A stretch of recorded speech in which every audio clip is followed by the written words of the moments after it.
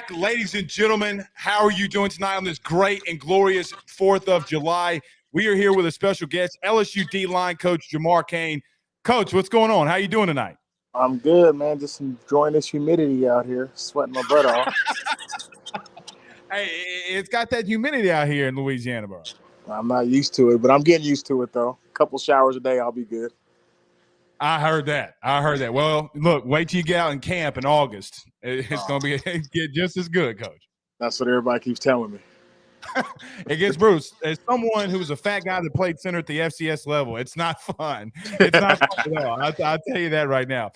Everybody do us a favor, hit the like and share. We greatly, greatly appreciate it. Coach, I'm not going to ask you about any specific recruits today, but just anything that you can share with us. I mean, look, this has been a process, I'm sure, and the transition from you coming from Oklahoma to LSU, just a big day for you. What can you share with us and our listeners about today? The biggest thing is we just got a great support staff, and I don't feel like I know everything. I just lean on the people who's around me, and that's Sherman, that's Corey, that's Bobby, that's JR, that's all those guys, Will. Like, I just lean on those guys, and they tell me to go, I go, and if I don't know something, I'm not going to ask those guys questions, and they support me throughout this whole process. So, I'm one of those guys that's going to use my resources no matter where it's at in the building, and I'm going to tap on all those resources, man, on those natural minerals, as people would say. You know what I mean? Right. Like, I'm going to use those. Right. Well, Coach, I mean, you talk about the relationships and you talk about this being a process and utilizing the team. How much goes into a day in, day out recruiting in the SEC? I mean, how much is it a 24/7 job from you just to recruit, not even this year's class, but classes down the road? I think you just got to have a plan. And from day one, when I came in here, sat down with the recruiting department, and again, I keep saying these guys' names, but Sherman, Bobby, Mike, all those guys, Corey, and we just all sat down and mapped out these kids and who we had targeted and how we're going to attack them. And once you put a plan on paper, then you can just go. And that's what we make sure we did from day one when I came in. Coach, you've been at a lot of big places, Oklahoma being the last one, but a lot of huge places and a lot of coaches, or a lot of places that you've coached. What is it about LSU? LSU's had a lot of success on the defensive line and defense in general. What is it about recruiting, though, for LSU that maybe is different than other places? Well, I think the biggest thing is you're recruiting to a diverse city, and people don't understand that. When you come into Baton Rouge for my first time, you're looking at an enrichment of diversity around this town. And that's something that a lot of these kids are interested in. And, that was easy. That's easy to sell. It's a bigger city. There's a lot more stuff to do. You always got New Orleans to sell down the street, whereas kids can go to, obviously you got Essence Festival just now. That's for the older crowd. But, right. I would say Jazz Fest, but that's the older crowd too. But you have the Mardi Gras and different things where kids can get out and be themselves in the community without being in a small town and people kind of like always looking at them. But the biggest thing that I saw was it's a multicultural city that it's easy to sell for a kid from different places in America. Coach, it's interesting that you say that, in Louisiana being its own culture in and of itself. You saying when you first came down here and you enriching your own self into the culture of LSU and Louisiana, how long did it take you to get that first po' boy, beignet, bowl of gumbo? How long did it take? Within 6 hours of landing from the plane, I landed. Somebody had picked me up. We went to school, walked around the office. They showed me my office. And then Miss Yael was like, you need to go to Mike Anderson's. We went to Mike Anderson's and had a po' boy. So, that's just how, within 6 hours of landing, I was enriched within there. It's a tradition, Coach. And I think I went to bed by 9 o'clock. I was so stuffed. So I was already I'm in, dude. I'm knee deep in here, man. I'm enjoying my time here. I'm enjoying the city. I'm enjoying what Louisiana has to offer for everybody. I'm happy. I have no complaints. Coach, multiple head coaches and defensive coordinators have different philosophies of guys that they want to recruit. You can do a 4-3, 3-4 shade. This guy could play 1-3-5, whatever it may be. How much does it go in that you talking to the other parts of the coaching staff, like Brian Kelly, Matt House, on what you're focusing on the defensive line? And is it just are they just say, hey, Coach, you're a great recruiter. Go find them and bring them in here? I just think it was the biggest thing, just having a diversity of ideas within the room, having guys that can play multiple positions, and just coming together and just having a talk. The biggest thing is like you have your group of people that work for you, and just got to have open lines of communication. That's where nothing ever gets crossed over. If you got open lines of communication, then things are easy, and that's the biggest thing that we have going on over there at Football Ops. Coach, I got to get to on the field. You got some dogs on that defensive line. Yeah. Look, you got Jaquela Roy, Mason Smith, Ali Gay, B.J. Ojolari, Tank Guillory. The list can continue to go on. Coach, just how talented do you believe this group is, and where can they go? Where can they supersede some expectations than what they're already trying to achieve? Yeah, I mean, when I came in here, I knew that the group was talented. Now I got to be able to put my fingerprint on it and put my stamp on this group, and they've bought in right away. It was something new. It was something fresh. I don't have all the answers, so I just kind of leaned on those guys and what they were used to, and trying to adjust to what I can do to their skill set.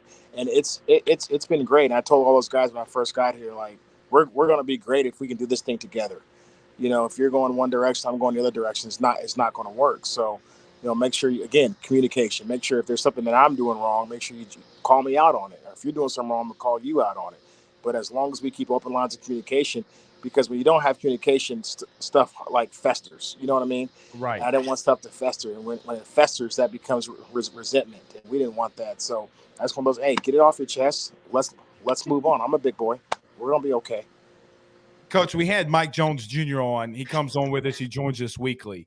And he said in his SWAT team, he had a guy by the name of Quincy Wiggins that we all know. And he's just like, man, Quincy, ain't nobody supposed to be that big and that fast.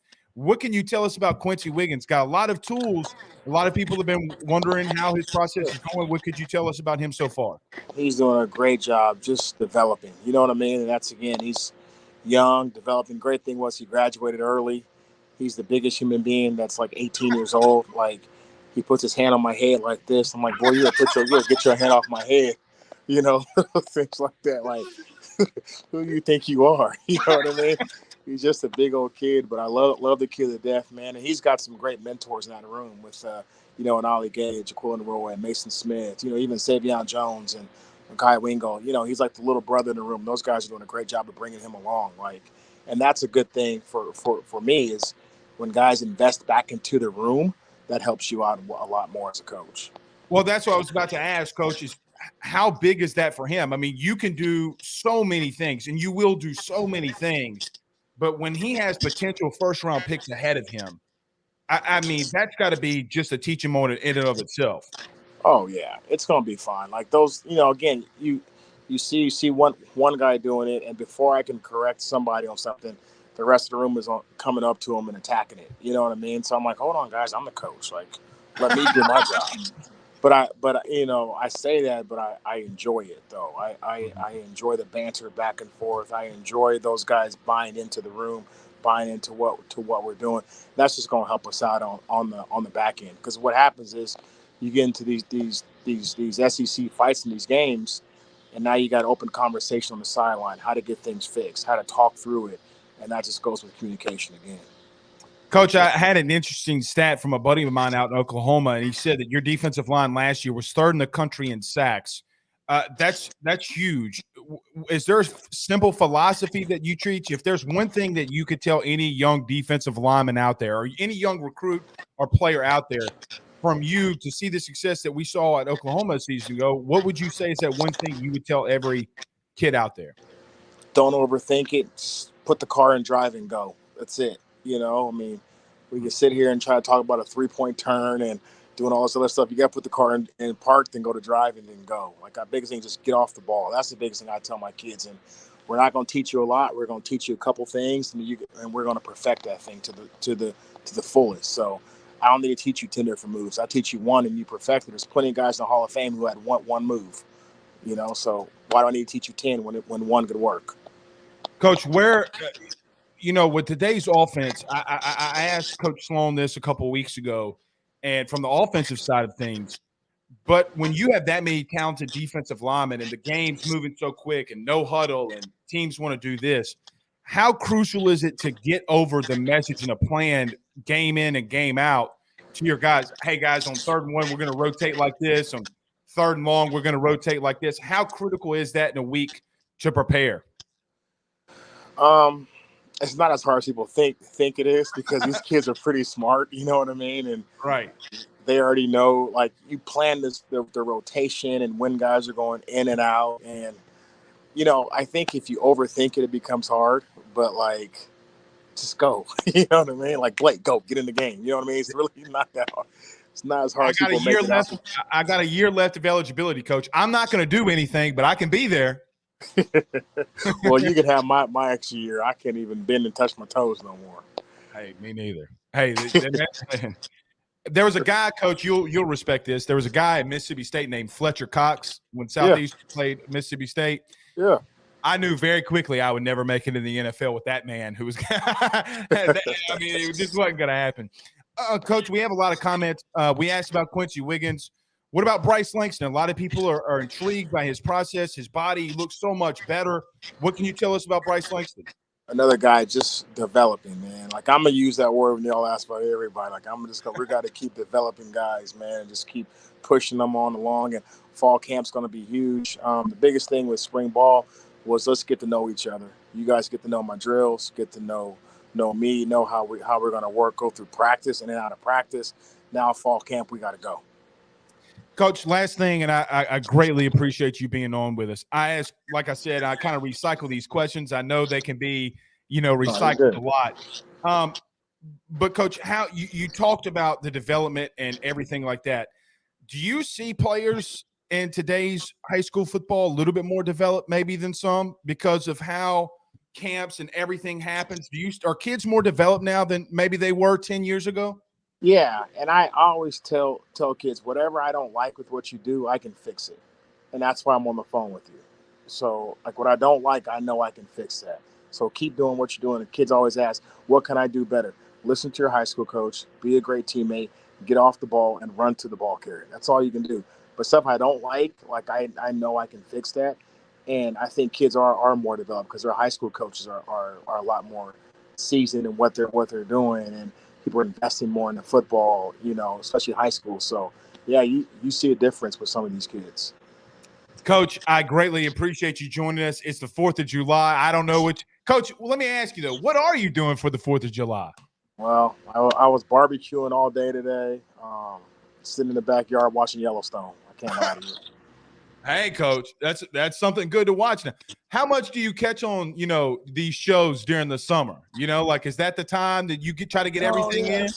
I'm on Yellowstone right now because I haven't watched it at all. So I'm on season 3 right now. Trying to get on Stranger Things, a couple other things. Like this one, I get to watch my shows and just like binge them all. So don't tell me what happened. I'm watching Yellowstone. I might order a Dutton shirt. So leave me alone. Hey, Coach, can we get a cowboy hat on the sideline then? BJ Ojolari, we need the cowboy hat, right? Easy, man. I was at North Dakota State, so I got a little cowboy in me. Hey, John Dutton would be proud of you, Coach. That's all I got to say. They reference North Dakota in that show a lot. So I'm like, man, I used to live up there, man. I know exactly what they're talking about. So, no, yeah. Coach, forgive my ignorance very, very quickly. Forgive my ignorance. Were you at North Dakota or North Dakota State, you said? I'm sorry. Oh, come on now. North Dakota State, the Bison. Okay. Well, Coach, I really enjoy you as a coach, but look, they're a powerhouse, man. That's where I learned how to become a coach there, man. That's where my career started. For real. Like, that's a great place. I tell any guy, man, go if you get a chance to go coach up there, go coach up there. It's cold, though. I can't take the 55 in the summer. I'm just going to be honest. Nah, negative 55 is what you're talking about. I hear you. Coach, I'll get you out of here. Go enjoy your 4th of July. Thank you so much for joining us. All love. Appreciate you, man. Thanks, Jamar. Y'all have a good day. That is Coach, LSU D-line coach, Jamar Cain. Fantastic. Round of applause.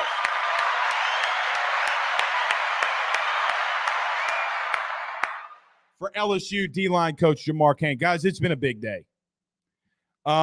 If you missed it earlier, we were a part of Mr. Deshaun Womack's commitment, and today we talked to Jamar Cain, the D-line coach. Look, I think that this is a great way to cap off the holiday weekend. I'll talk, or break it down a little bit more, and then we'll get on out of here. But look, man, like we've talked about the last week, a storm is coming. A storm is coming. And either you're going to be waiting for the storm and going to prepare for the storm, or you're not. Guys, the haul that LSU football pulled off in the last week is nothing but simply than oppressive. And Jamar Cain was a big part of that. Jamar Cain was a massive, massive part in that.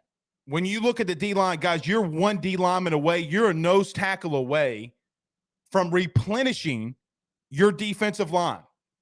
And I think that they're going to do that.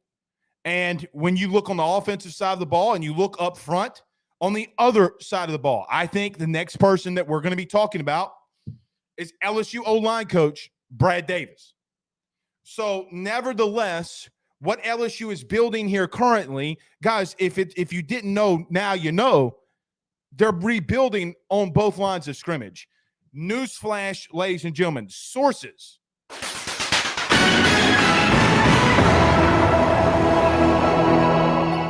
You win football games from having elite offense and defensive line play. I don't know what else to tell you. You can talk about great quarterback play, Joe Burrow, sure. But you win the game up front. And that's what they're planning to do. Okay, Zach, I don't know if I should do this, but let's put up a couple of comments. And then we'll take them, and then we'll get out of here, maybe about another five minutes or so. Doug No says number 15 on 247, number 9 on 3. Guys, and we were in the 40s? We were in the 40s. Zach, correct me if I'm wrong. Put it in the chat. I think we were like 47th, and now LSU's 15th or 9, whatever it may be. So with that being said, 47th is what Zach said. Bro, we were 47th in recruiting rankings. I do like that Coach Jamar Cain, though. Speaking of North Dakota, our good friend AD and Nurse Court said, talking about North Dakota, man, how about that? Just a normal dude, man. Normal dude watching Yellowstone. Shout out to John Dutton. Daniel Williams says you can't coach effort and work ethic. That's a great point. I hope that got to a lot of y'all's questions. I try to get to them as many as I could. BK Takeover, Brian says it's about time, AD. Yeah. Mike Scarborough, TigerBait.com, join us. What's up, Mike? C. King asked Coach, what new face is standing out at D-line? He talked about all of them. I think it's really intriguing about him talking about Quincy Wiggins. Quincy puts his head on he puts his arm on top of my head and like, man, get on out of here. And y'all heard Mike Jones last week on our show talk about how Quincy's just a freak of nature. It's good to hear about Bryce Langston. But guys, the starters up front, Mason Smith, Jaquelin Roy, Tank Guillory, BJ Ali, man, that's a lethal upfront game, man. It's a lethal upfront game. You can't take that away from them. Lamar Williams says AYS is applying pressure. I guess so. Nurse Court says great interview. Happy Blake got him on the show. Yep. Like Mars Spark. Doe Beasy, Tony says ranked number 51. Where are they really now? And look, let me check. Zach, is there anything going off on Twitter today? Not Twitter today, but here recently, like ain't nobody else commit, huh? While we live on the show. Just making sure. All right, a couple more. We'll get on out of here. Abby says, great job by the LSU coaching staff and all these merchants of fear. So-called LSU experts need to crow up and stop with the fear tactics and clicking for views. Look, I'm not going to overreact in recruiting. I'm just not going to overreact, guys. They're recruiting in June or July. I'm just not going to do it.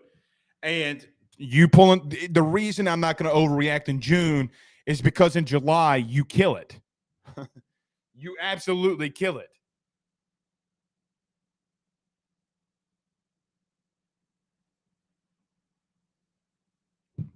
Yes, indeed. Let's see here. Bryce says, any news on Hurston Waldrop? Guys, I really think Hurston Waldrop's going to Florida. I really believe he's going to Florida. Okay, guys, we'll get on out of here. Y'all have a good night. Y'all have a good rest of the 4th of July. We will see y'all tomorrow. Y'all have a good night. Peace out, Girl Scouts.